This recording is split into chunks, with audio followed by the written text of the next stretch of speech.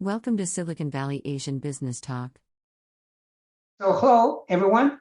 This is Roger Chen from University of San Francisco Center for Business Studies and Innovation Asia Pacific. First of all, welcome Larry Lee, and thank you for supporting us. Would you please briefly introduce yourself? Hi, Professor Chen. Thank you for your invitation. It is an honor to be working with you. As myself, my name is Larry Lee. I have a kind of more than 600,000 followers on Douyin, or the Chinese version of TikTok. I'm a founding partner of Amino Capital. The fund has been around for more than 10 years. We're headquartered in downtown Palo Alto. We invest almost 300 companies, and more than 15 of them become a unicorn, and more than 30 of them grow into 100 million to 1 billion valuation companies.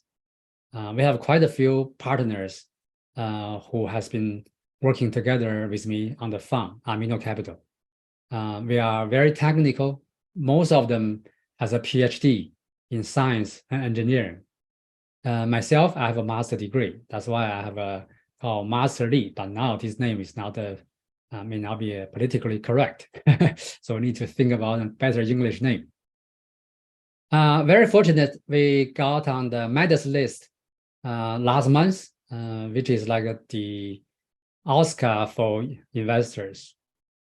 And also, as I mentioned, during the pandemic, in order to work, to communicate with partners and entrepreneurs, I get on the TikTok. Also, during the pandemic, I wrote a book together actually with my team.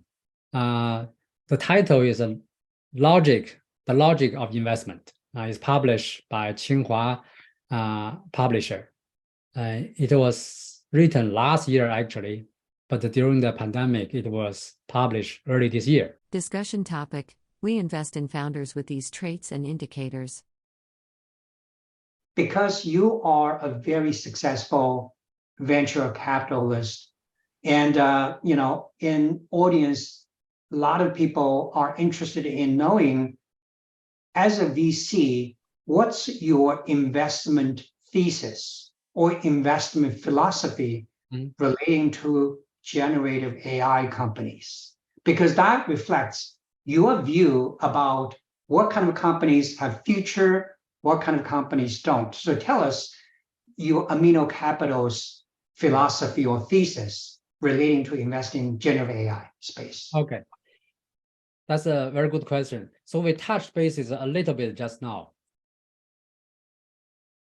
For a company to really have competitive advantage, you really need to have the data moat. In order to do that, sounds simple, but in order to do that, the team has to have certain characters. So when we look at the company to invest, the number one we look at is the team. The data is just a result, right? So we need to look at the team. There are many interesting stories and criteria we can talk about, but there are a few I can just mention here. One is the team complementary to each other. If I see two or three founders come in, if they're not complementary to each other, they're not strong. That's not only the problem. The second problem is if they are not complementary to each other, then they're easily to get into a fight. Because if one person can replace the other one, then there's no long-term collaboration. It's a human nature. You have to need each other. So we see a lot of, actually the number one failure, the reason for number one failure for startup is the founder cannot get along. The reason they cannot get along are twofold. One is they don't know each other.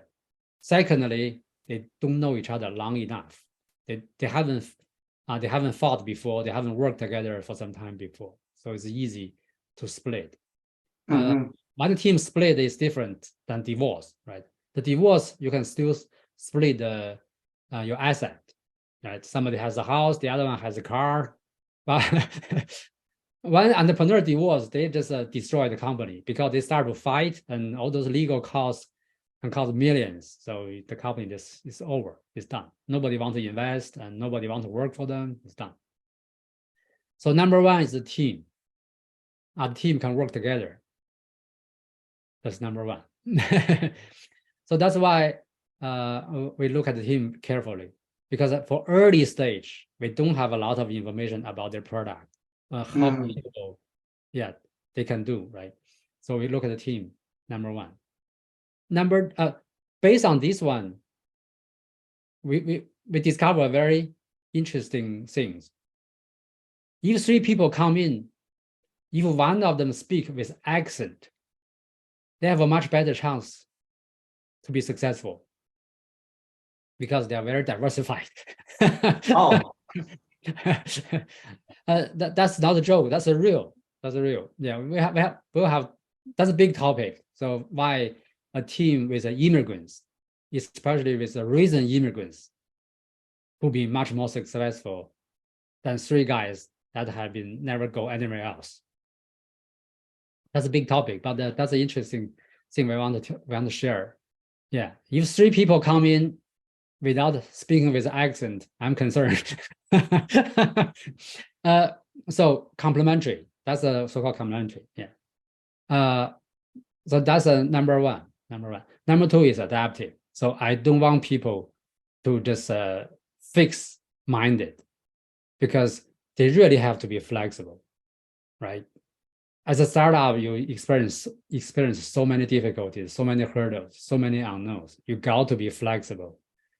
You cannot just hit one thing, then keep working on it without work around it.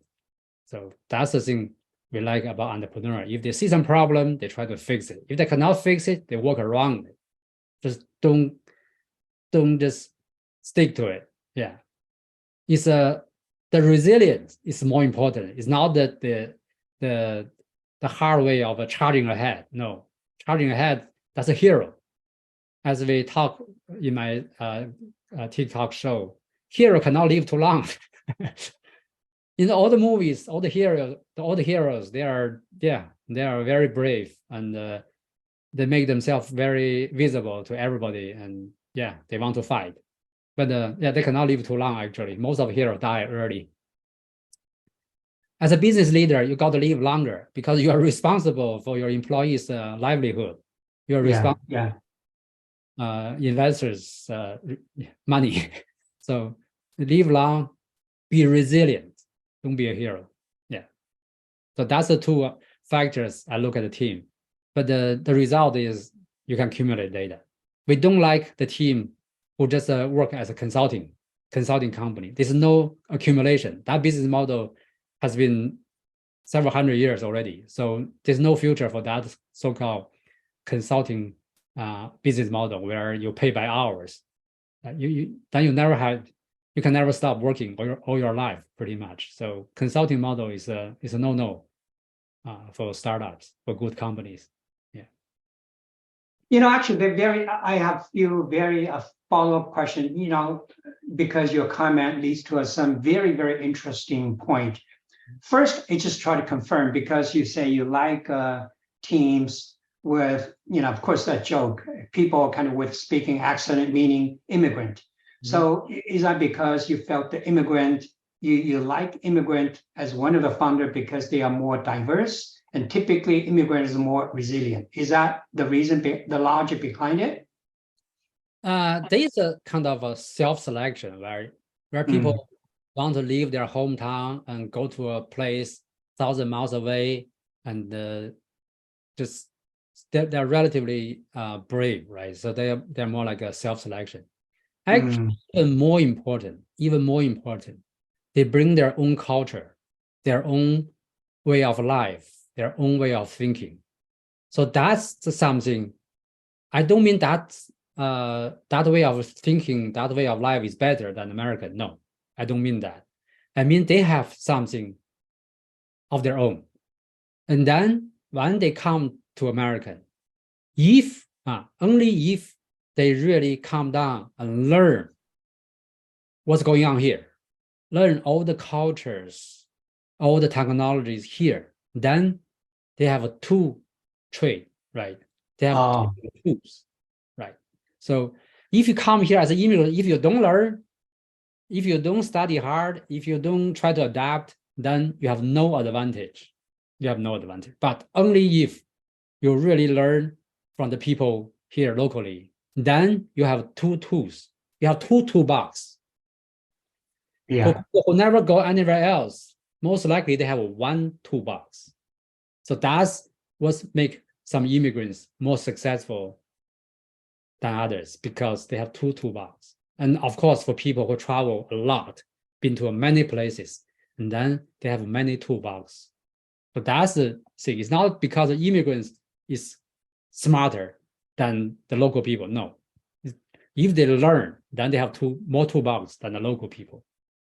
Great, thank you. So the other question is, because I think this is also a valuable question, because you really kind of value founder teams who are resilient, adaptable. But when you make an investment decision, how do you know, what are the indicators that tells you this team is more adaptable, or at least to give you some confidence that they are adaptable rather than fixed thinking or very stubborn type of people? Then that come back to the experience. Although they are relatively young, but what they have done is how fast they have grown. Like, it doesn't matter they are 35 or 30. It's in the last few years. What have you done? Oh. What have you changed, right? Some people within few years, they learn a lot. They go up so fast. Some people, they stuck to one place for a long time without much changes. So same thing with that's only so for, in terms of the social status. Secondly is the thing, we look at the thing, the product or services you have produced so far. Then we ask you, how long have you working on this, right? So then we can evaluate for this amount of work. Maybe you say, oh, maybe take the team of 3 for 1 year. Then if we look at this, because we are technical, we look at this, for normal Google guy, probably this thing will take 3 or 5 years, and these 3 guys takes 1 year, so they are smart, right? On the other hand, if I look at this, I can find a friend that can get this done within 3 months. So that's how fast we evaluate. That's how we evaluate how good the founder team are. Basically by what they have done so far with the amount of resources they have used. Thank you for watching.